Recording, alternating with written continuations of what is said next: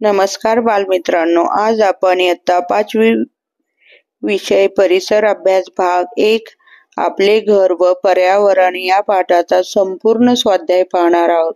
प्रश्न पहिला पर्वतीय प्रदेशात खालीलपैकी कोणते घर योग्य ठरेल?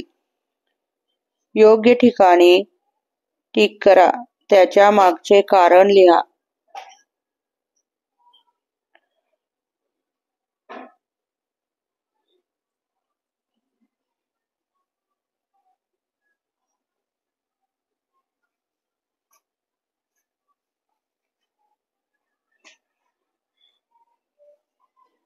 पर्वतीय.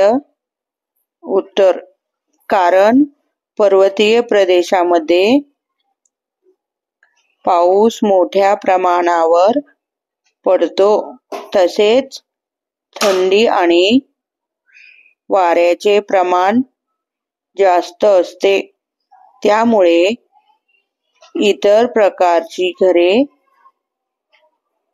पर्वतीय प्रदेशातील वातावरणामध्ये चांगल्या प्रकारे टिकाव धरू शकत नाहीत.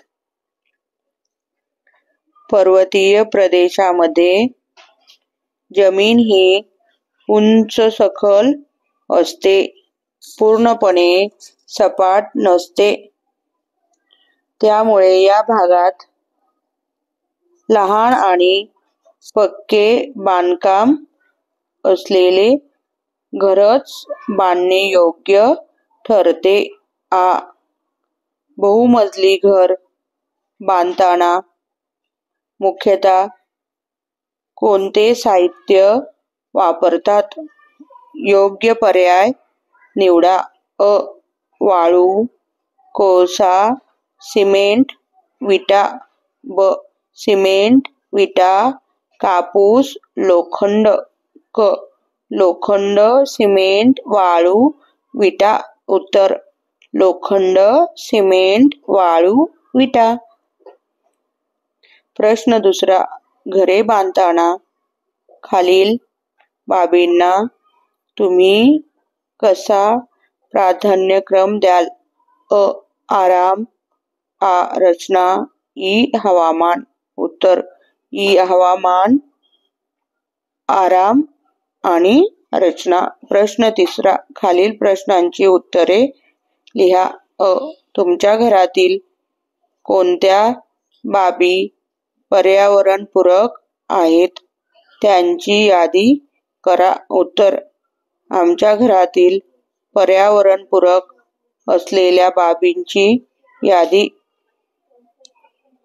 1. हवा खेळती राहण्यासाठी मोठ्या खिडक्या. 2. सौर दिवे. 3. मातीची भांडी. 4. लाकडापासून बनवलेल्या वस्तू. 5. खिडकीतील रोपवाटिका. घरातील कोणती उपकरणे आपण सौर ऊर्जेच्या मदतीने वापरू शकतो? उत्तर.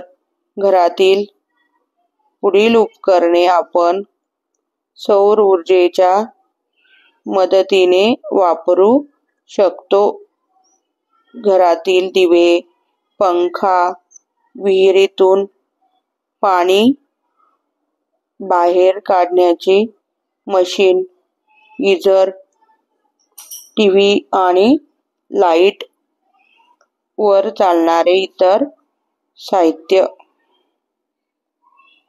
सौर ऊर्जेच्या प्रणालीमध्ये आता इतकी प्रगती झाली आहे की घरातील लाईटचा वापर करून चालणाऱ्या सर्व वस्तू आपण सौर ऊर्जेच्या मदतीने वापरू शकतो. प्रश्न चौथा.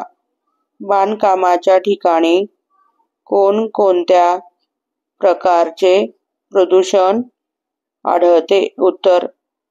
बांधकामाच्या ठिकाणी जल प्रदूषण, मातीचे प्रदूषण, ध्वनी प्रदूषण, वायू प्रदूषण या प्रकारचे प्रदूषण आढळते. धन्यवाद.